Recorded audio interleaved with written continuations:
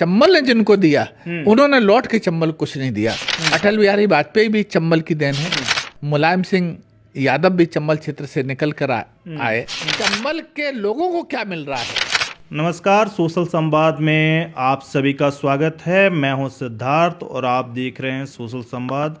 आज हमारे साथ खास मेहमान जो हैं ठाकुर जगन सिंह भदौरिया जी हैं, जुड़ चुके हैं। उनसे बात करेंगे आज एक खास मुद्दे को लेकर, चंबल विकास यात्रा जो कि ये प्रारंभ करने जा रहे हैं उस पर खास बातचीत करते हैं। तो सबसे पहले ठाकुर भदौरिया जी, आपका स्वागत है सोशल संवाद में। आपका भी दिल की गहराई से सिद्धार्थ जी बड़ा स्वागत करता हूं, अभिनंदन करता हूं, और साथ ही आपके दर्शकों को, सोशल संवाद के दर्शकों को, जो एक जागरूक दर्शक है, उन सब का मैं प्रणाम और अभिवादन करता हूं। चंबल विकास समिति के द्वारा आप चंबल विकास यात्रा निकाल रहे हैं जी। क्या कुछ इस यात्रा में रहेगा? क्योंकि चंबल का जो इतिहास है, और आज भी अगर कोई देश में सुंदर और स्वस्थ नदी है तो वो चंबल है। और चंबल की हम बात करें तो चंबल का तो सब कुछ ठीक माना जाए, लेकिन आज़ादी के बाद से लेकर आज तक चंबल का विकास नहीं हुआ। और चंबल का जो हमें कहानियाँ पढ़ने को मिली है, बीहड़, डकैत, इन सब की बातों की कहानियाँ मिली है। आप इस विकास यात्रा के तहत क्या मैसेज देना चाहते हैं? देखिए, चंबल एक बहुत भारत की एक विस्तृत नदी है। चंबल नदी का योगदान भारत के में एक विस्तृत रूप से है। चंबल आज भी सबसे स्वस्थ और साफ नदी मानी जाती है। आज भी चंबल प्रदूषण मुक्त नदी है। चंबल बीहड़ों का सहारा लेकर के निकली है।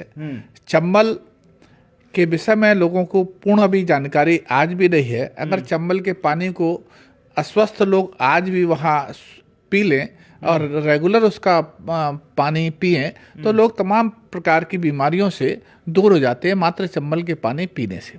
चंबल का उद्गम विंध्याचल की पर्वत की श्रृंखला जो है वो जानापाव में है। जानापाव में ऐसा कहा जाता है कि परशुराम जी की जन्मस्थली थी, तो वहां से चंबल का उद्गम हुआ है। और वहां से होते हुए करीब 957 लगभग 1000 किलोमीटर की चंबल यात्रा करती है।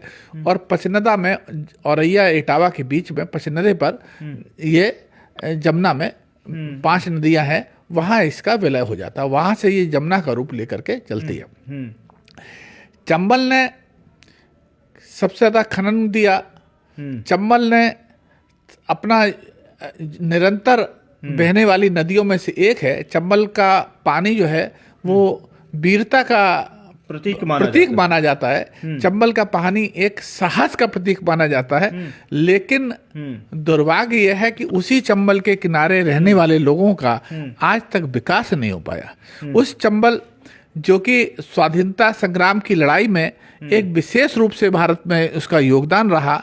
चंबल के ही वो लोग थे जिन्होंने यहाँ तरह तरह की, जैसे सुभाष चंद्र जी ने स्वाधीन सेना बनाई, इसी तरह से चंबल में कमांडर अर्जुन सिंह का उदय हुआ और उन्होंने एक लाल सेना बनाई। तो मैं आपको बता दूं कि अगर भारत से सबसे पहले अंग्रेजों ने अपना बोरिया बिस्तर समेटा तो वो 1000 किलोमीटर जो चंबल की यात्रा मैंने बताई, वहाँ के जो क्षेत्र थे, वहाँ की जो शहर थे उस समय के, वहाँ से जो है इन लोगों ने अपना सबसे पहला बोरिया बिस्तर समेटना शुरू कर दिया। तो स्वाधीनता 47 में प्राप्त हुआ, लेकिन उससे पहले अंग्रेज वहाँ से भारत से भागने लगे थे। ये वहाँ के लोगों की मेहनत, वहाँ के लोगों की एक लड़ाई, वहाँ के लोगों का एक स्वाधीनता के प्रति लाने का जुझारूपन वहाँ के लोगों में था। वो चंबल है। उसी चंबल में अगर देखें, आपने इतने सारे क्रांतिकारियों का नाम गिनवाया, लेकिन आज़ादी 1947 में भारतवर्ष को मिला, लेकिन कहीं ना कहीं चंबल का जो एरिया है, चाहे भिंड हो गया, मुरैना हो गया, जो चाहे मध्य प्रदेश में हो, और जो चंबल का एरिया वो कहीं ना कहीं विकास से काफ़ी जो है कि उसके साथ भेदभाव नज़र आता है, देखने को मिलता है। चंबल क्षेत्र ने का विकास के कई कारण हैं, जिसमें से अभी आपने बताया कि मैंने ये तमाम उन लोगों को गिनाया, लेकिन राजनीतिक भी चंबल ने बहुत बड़े बड़े दिए। ये बात अलग है कि चंबल ने जिनको दिया उन्होंने लौट के चंबल कुछ नहीं दिया। अटल बिहारी वाजपेयी भी चंबल की देन है। अटल बिहारी वाजपेयी का भी जन्म चंबल क्षेत्र में हुआ।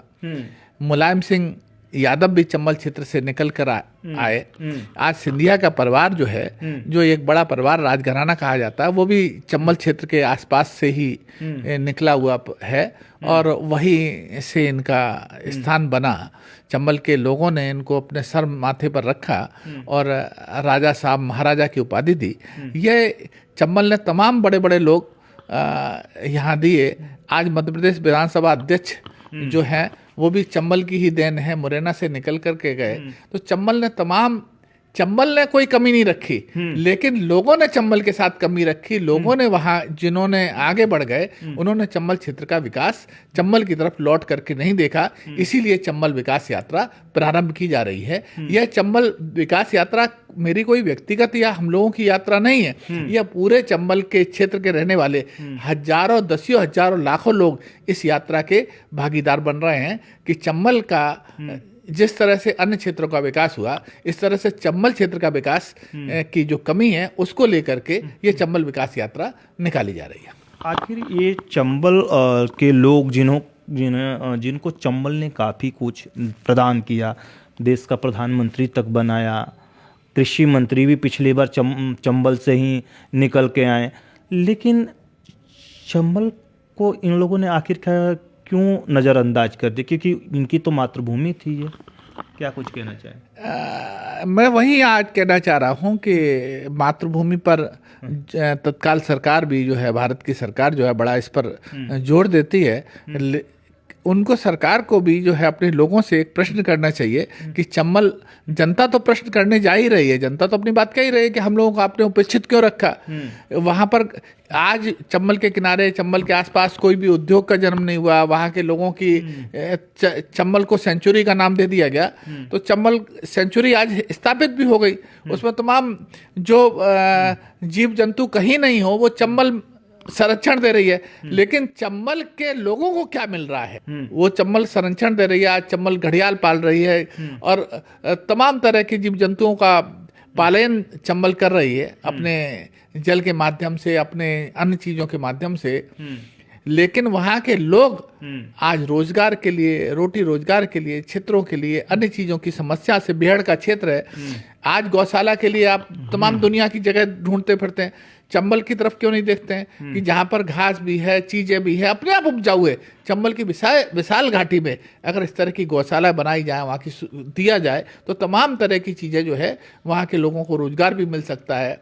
जो गाय जो है क्षेत्रों में किसानों को फसल बर्बाद कर रही हैं, ऐसा लोग कहते हैं, तो उनको सुरक्षा भी मिले, गायों को, गाय पन्नी भी ना खाएं, गाय भटके भी नहीं, ये सब किया जा सकता है। लेकिन उसकी तरफ जो है सरकारों का कोई ध्यान नहीं गया। चंबल घाटी में तरह ला करके वहाँ एक विलायती बम्बूर का बीज बो दिया गया और वो सरकारों ने डाल दिया और वहाँ तमाम चंबल के असली जंगल का स्वरूप को नष्ट किया गया। चंबल के असली जंगल के स्वरूप को नष्ट किया गया। बहुत बड़ी बात आपने कही, लेकिन सवाल ये उठता है कि आप जो चंबल की यात्रा निकाल रहे हैं, इसमें किन मुद्दों को मुख्यतः जो है कि लेकर चलेंगे, चंबल को, लोगों को जोड़ेंगे, और यात्रा कब से प्रारंभ होगी, ये मेरे सवाल है। चंबल की यात्रा जो है 10 फरवरी से होगी। इसमें लोग स्वतः ही जुड़े हैं और एक ये गैर राजनीतिक यात्रा है। इसमें तमाम बुद्धिजीवी जो लोग अधिकारी रहे हैं, पुराने रहे हैं, जिन्होंने, वो सब लोग जो है इस यात्रा का स्वरूप बन रहे हैं, वो इस यात्रा में शामिल हो रहे हैं। इस यात्रा में हजारों से लाखों की संख्या में यात्रा ये प्रारंभ होगी। चंबल के जाना पाव से लेकर के 10 फरवरी को ये प्रारंभ होगी और 16 फरवरी को पचनदा में ये संपूर्ण होगी। इस दौरान जो है चंबल अपने तमाम अपनी जो चंबल के साथ हुआ है, जो चंबल को प्राप्त नहीं हुआ, उस चीज़ों की मांग चंबल उठाएगी। जैसे मैंने बताया कि वहाँ पर गौशाला बनाई जाए तो रोजगार मिले, वहाँ से खनन समाप्त हो गया, चंबल के मूल स्वरूप को समाप्त हुआ, मूल स्वरूप को जागरण हो, चंबल के बेहड़ों का सुधार हो, वहाँ का पानी अगर रोका जाए तो तमाम जल स्तर का बढ़ सकता है। इस तरह के तमाम प्रयास जो है वो सरकारों ने नहीं किए, उसके लिए ये है यात्रा निकाली गई। चंबल के लोग जो है बहादुरी में, वीरता में प्रथम है। अब सेना में डायरेक्ट भर्ती तो खत्म कर दी, अग्निवीर करेगी, तो वहाँ हम ये मांग करेंगे कि अग्निवीर में चंबल के लोगों को वरीयता के आधार पर दे करके उनको भर्ती किया जाए। आप आज भी देखेंगे शहीदों की सूची को जब देखने जाएंगे तो सर्वाधिक शहीद जो है वो चंबल की माटी से निकले हुए लोग वहां पर जाकर के सीमा पर शहीद हुए। तो चंबल की नदी के पानी को ही एक वीरता और साहस का नाम दिया गया। तो मैं यही चाहूँगा कि इस चंबल यात्रा में उन मुद्दों को जिसके कारण चंबल विश्व में प्रसिद्ध है उसके पटल को लाने का प्रयास करें। जी, तो चंबल का मुख्यतः ये प्रयास रहेगा, चंबल यात्रा, और चंबल के लोगों को जागरूकता के लिए आप लोग चंबल यात्रा निकाल रहे हैं। और इसको लेकर जो है कि ये यात्रा लगभग कितने दिन की यात्रा होगी? ये लगभग 7 दिन की यात्रा रहेगी। और जहाँ कहीं पैदल भी चलेंगे, कहीं वाहनों से भी चलेंगे, और सुबह शाम चंबल की आरती की जाएगी। अभी चंबल के किनारे पर्यटन को सरकार ने अभी तक देखा ही नहीं। तो हम सरकार से कहेंगे कि चंबल के पास इतनी पोटेंशियल है, सारे जो है आप कहीं चीता पाले हो, कहीं बाघ पालने की कोशिश करते हो, चंबल में तो आपको यूं ही देखने को मिल जाएगा। तो उसके अगर पर्यटन की तरफ अगर सरकार जरा सी भी निगाह उठा ले तो सरकार को बहुत कुछ चंबल से खुद मिल जाएगा। चंबल तो देने वाली है, चंबल लेने वाली नहीं है। लोगों ने चंबल का नाम दस्यु रखा गया। चंबल एक ऐसी नदी है कि वहां अगर आप शरण लें तो आपको कुछ ना कुछ मिलेगा। दस्युओं ने भी वहां चंबल की शरण ली तो उनको भी वहां सुरक्षा मिली थी। तो चंबल जो है वो देने वाली नदी में से है। तो उसका स्थान, हमें चंबल का स्थान दिलवाने के लिए ये यात्रा प्रारंभ हो रही है।